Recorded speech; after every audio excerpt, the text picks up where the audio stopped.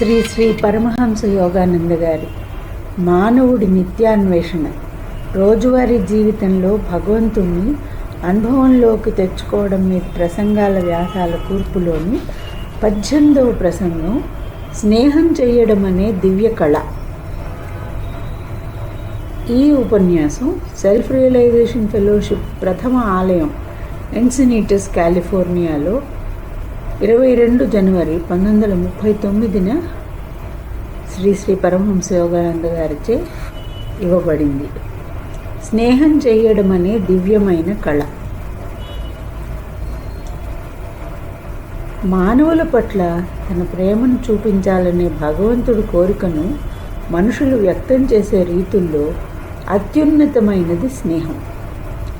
భగవంతుడు శిశువుపై తన అనురాగాన్ని ఆ బిడ్డ తల్లిదండ్రుల ద్వారా కురిపిస్తాడు.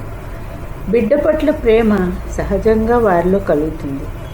ఎందుకంటే మన తల్లిదండ్రులు మనలను ప్రేమించకుండా ఉండలేని విధంగా భగవంతుడు శాసించాడు. కానీ స్నేహం దైవ ప్రేమకు ఒక స్వతంత్రమైన నిష్పక్షపాతమైన అభివ్యక్తిగా మనకి తెలుస్తుంది. ఈ దైవ ప్రేమ అన్న పదం దగ్గర ఫుట్నోట్లో ఈ విధంగా రాసింది: ఈ సృష్టికి అపరిమితుడైన అధిపతిగా, సృష్టించబడిన జీవులన్నింటికీ ప్రాణ స్నేహితుడుగా నన్ను ఎవరు తెలుసుకుంటారో వారికి శాంతి లభిస్తుంది. భగవద్గీత 5వ అధ్యాయంలో నుంచి చెప్పబడిన ఈ కొటేషను రిఫరెన్స్గా ఇచ్చారు. ఇద్దరు అపరిచిత వ్యక్తులు కలుసుకుంటారు. ఒకరికొకరు సహాయం చేసుకుందామనే భావం వారి హృదయాలలో వెంటనే కలుగుతుంది. ఇది ఎలా జరుగుతుందో ఎన్నడైనా పరిశీలించారా? ఇద్దరి హృదయాలలో పరస్పర స్నేహం కోసం తనంతట తానుగా కలిగే ఈ కోరిక భగవంతుడి దివ్యాకర్షణ సూత్రం వల్లనే పుడుతుంది.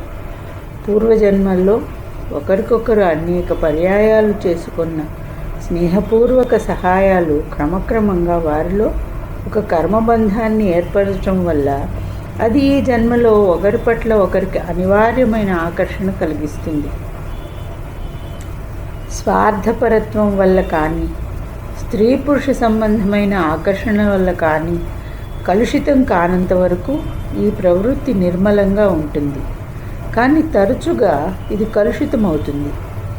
అత్యంత ఆంతరంగిక భావనలనే వృక్షానికి కాసే స్నేహం అనే ఫలం అవాంఛనీయమైన కోరికలు, స్వార్థ బుద్ధి వల్ల అపవిత్రమవుతుంది. నీవు చెట్టు వేళ్ల వద్ద చెడ్డ రకం ఎరువు వేస్తే ఆ చెట్టుకు కాసిన పండ్లు బాగుండవు. మానవ భావనలనే చెట్టుకు స్వార్థమనే ఎరువు వేస్తే స్నేహమనే ఫలం కలుషితమవుతుంది.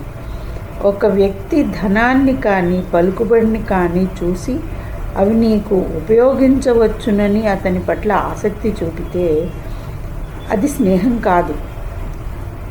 ఒక వ్యక్తి అందమైన ముఖం చూసి ఆకర్షణ పొందడం కూడా స్నేహం కాదు. ఆ ముఖంలోని యవ్వనపు ఆకర్షణ పోగానే ఆ స్నేహం కూడా అంతరించిపోతుంది.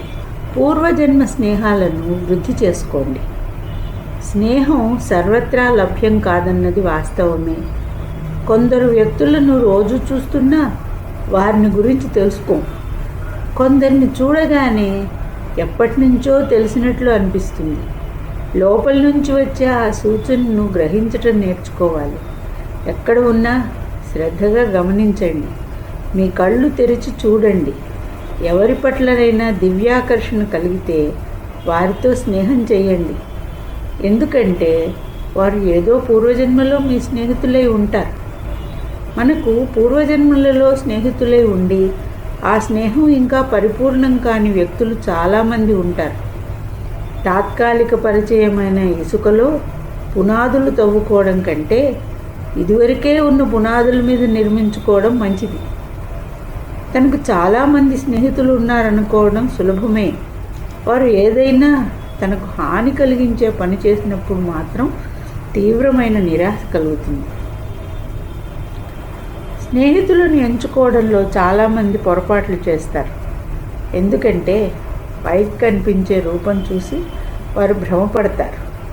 నిజమైన స్నేహితులను గుర్తించటానికి ఏకైక మార్గం మరింత ఎక్కువగా ధ్యానం చేయడమే. మీరు స్నేహితులను దివ్య మార్గం ద్వారా కనుగొనడానికి ప్రయత్నించాలి. అనగా ఇతరులను గురించి మన భావాలు ఎలా ఉన్నాయో తెలుసుకోవడంలో రూపం మొదలైన బాహ్య లక్షణాల ప్రభావాన్ని మీ చైతన్యం నుండి తరిమివేయాలి. మీరు ఇలా చేస్తే ఏదో ఒకరోజు మీ చుట్టూ నిజమైన స్నేహితులు ఉండటం గమనిస్తారు. భగవంతుని ప్రభావాన్ని ప్రతిఘటించని వినయ స్వభావం గల మానవుల ద్వారా ఆయన స్నేహాన్ని అనుభూతి పొందగలుగుతారు. నిర్మల హృదయం గల వ్యక్తుల ద్వారా దివ్య స్నేహకాంతి మీకు ప్రసారమవుతుంది. స్నేహితులను ఆకర్షించడానికి మీ ప్రవర్తన మెరుగుపరుచుకోండి. మీ స్వభావం నుంచి స్వార్థాన్ని, ఇతర వికృత లక్షణాలను తొలగించుకోనిదే మీకు నిజమైన స్నేహితులను ఆకర్షించుకోలేరు. స్నేహం చేయడం అనే కళలో అత్యున్నత మార్గం ఏమిటంటే మీ ప్రవర్తనను దివ్యంగా ఉంచుకోవడం. అంటే ఆధ్యాత్మిక భావంతో ఉండడం, పవిత్రంగా ఉండడం, స్వార్థరహితంగా ఉండడం. వీటితో పాటు ఏదో ఒక పూర్వజన్మలోనే పునాది పడిన స్నేహాన్ని కొనసాగించడం. మానవ సంబంధాలన్నింటిలోనూ స్నేహం ఉండాలి. తల్లిదండ్రులకు పిల్లలకు మధ్య, భార్యాభర్తల మధ్య,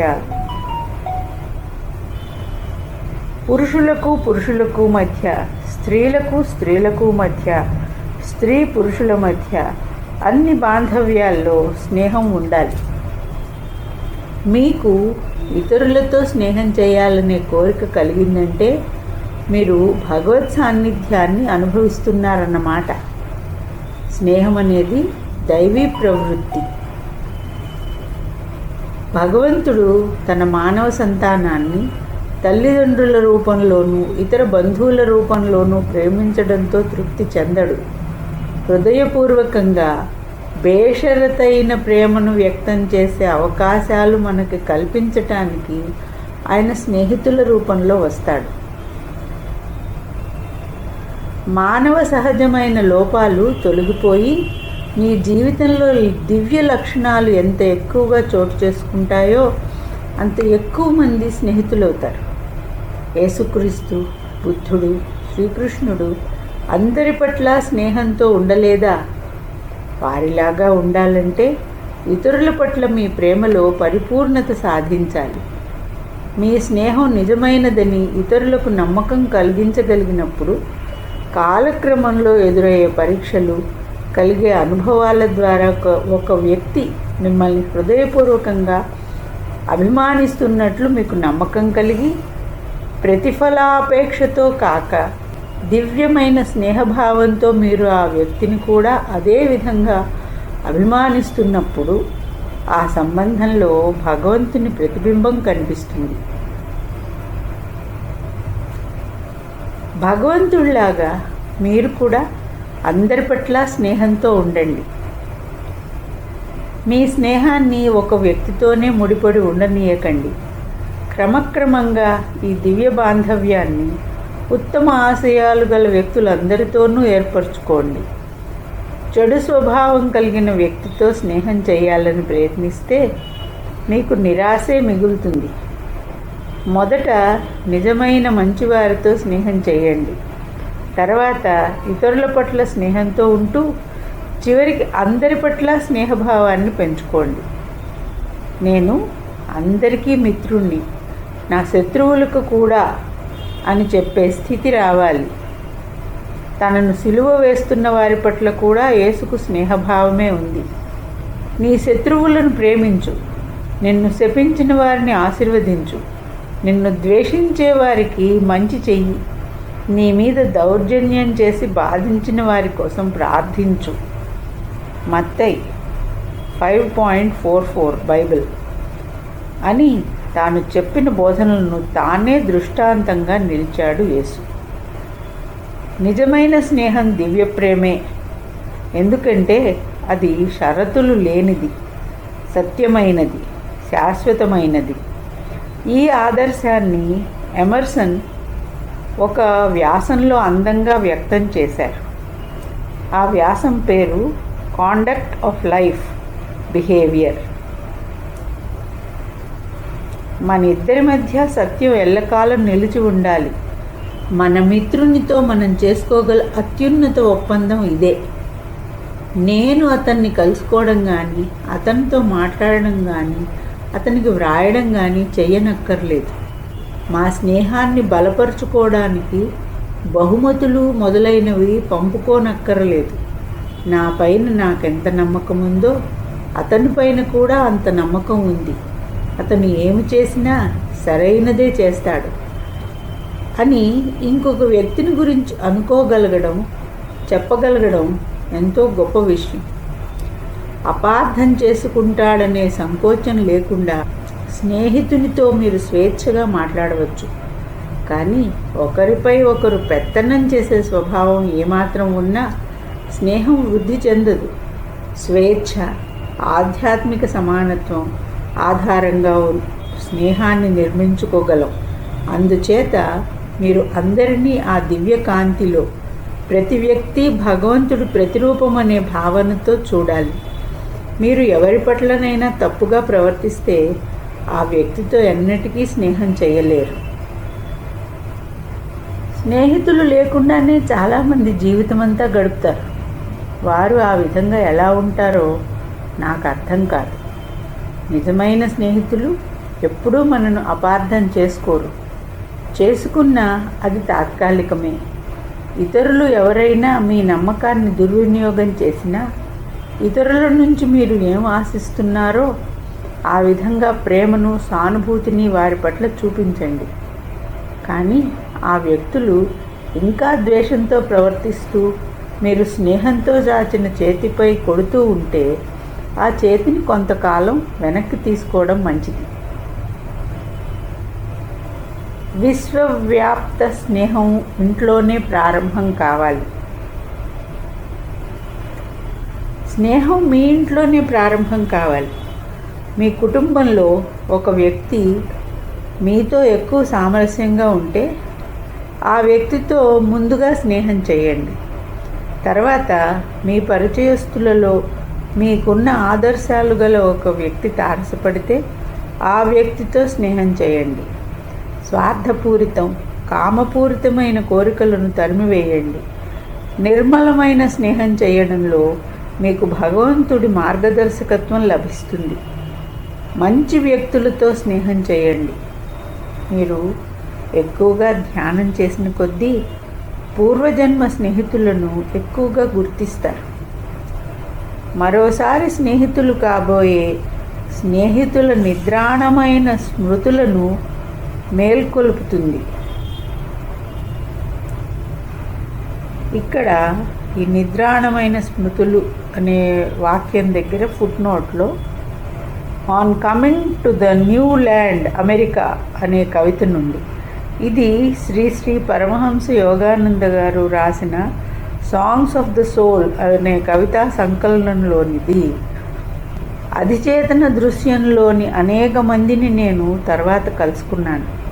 1920లో నేను మొదటిసారి ఈ దేశానికి వస్తున్నప్పుడు ఓడ ప్రయాణంలో కలిగిన దర్శనంలో కనిపించిన చాలామంది ఇక్కడ అమెరికాలో కనిపించారు. స్నేహం ఒక గొప్ప విశ్వాత్మక శక్తి. స్నేహం కోసం మీ కోరిక తగినంత బలంగా ఉంటే మీతో ఆధ్యాత్మికానుసంధానం కలిగిన వ్యక్తి దక్షిణ ధ్రువం దగ్గర ఉన్న స్నేహమనే అయస్కాంత శక్తి మీ ఇద్దరినీ ఒక చోటికి ఆకర్షిస్తుంది. మనలోని స్నేహమనే అయస్కాంత శక్తిని స్వార్థం ఒక్కటే నశింపచేయగలదు. ఎల్లప్పుడూ తన గురించే ఆలోచించే వ్యక్తి స్నేహాన్ని విచ్ఛిన్నం చేస్తాడు. అటువంటి వాళ్ళు స్నేహితులను ఆకర్షించలేరు.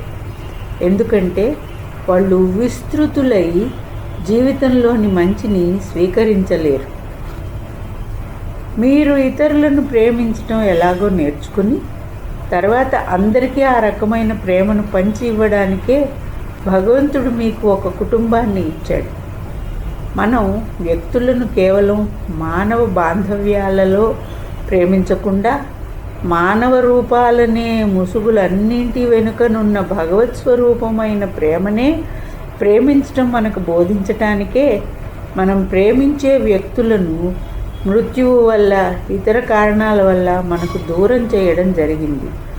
తనను అనేక రూపాలుగా విస్తరించుకున్న ఏకైక పరమాత్మలో విభిన్న ప్రాణులన్నీ ప్రతిష్ఠితమై ఉన్నవని ఏ వ్యక్తి దర్శిస్తాడో అతడు ఆ బ్రహ్మలోనే లీనమవుతాడు. భగవద్గీత 13వ అధ్యాయంలో చెప్పబడి ఉంది. మానవ బాంధవ్యాల దురభిప్రాయాలు లేని చోట ప్రేమను పెట్టుబడిగా పెట్టడమే స్నేహం. వైవాహిక జీవితంలో స్త్రీ పురుష సంబంధం అనే నిర్బంధం ఉంది. కుటుంబంలో వారసత్వ లక్షణాలనే నిర్బంధం ఉంది. కానీ స్నేహంలో ఏ నిర్బంధమూ లేదు. మన ప్రేమను అందరికీ పంచుదాం. మనం పూర్వజన్మలలోని స్నేహితులను కలుసుకొని వారితో మన స్నేహాన్ని బలపరుచుకునేందుకు ప్రార్థన చేద్దాం.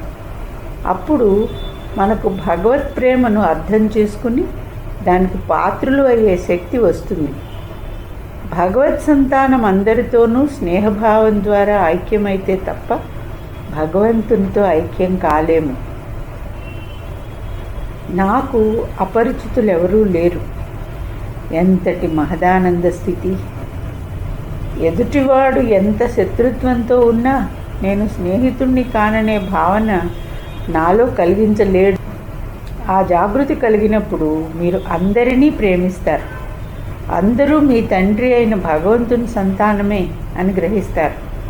సర్వ ప్రాణుల పట్ల మీ ప్రేమ ఎన్నటికీ నశించదు.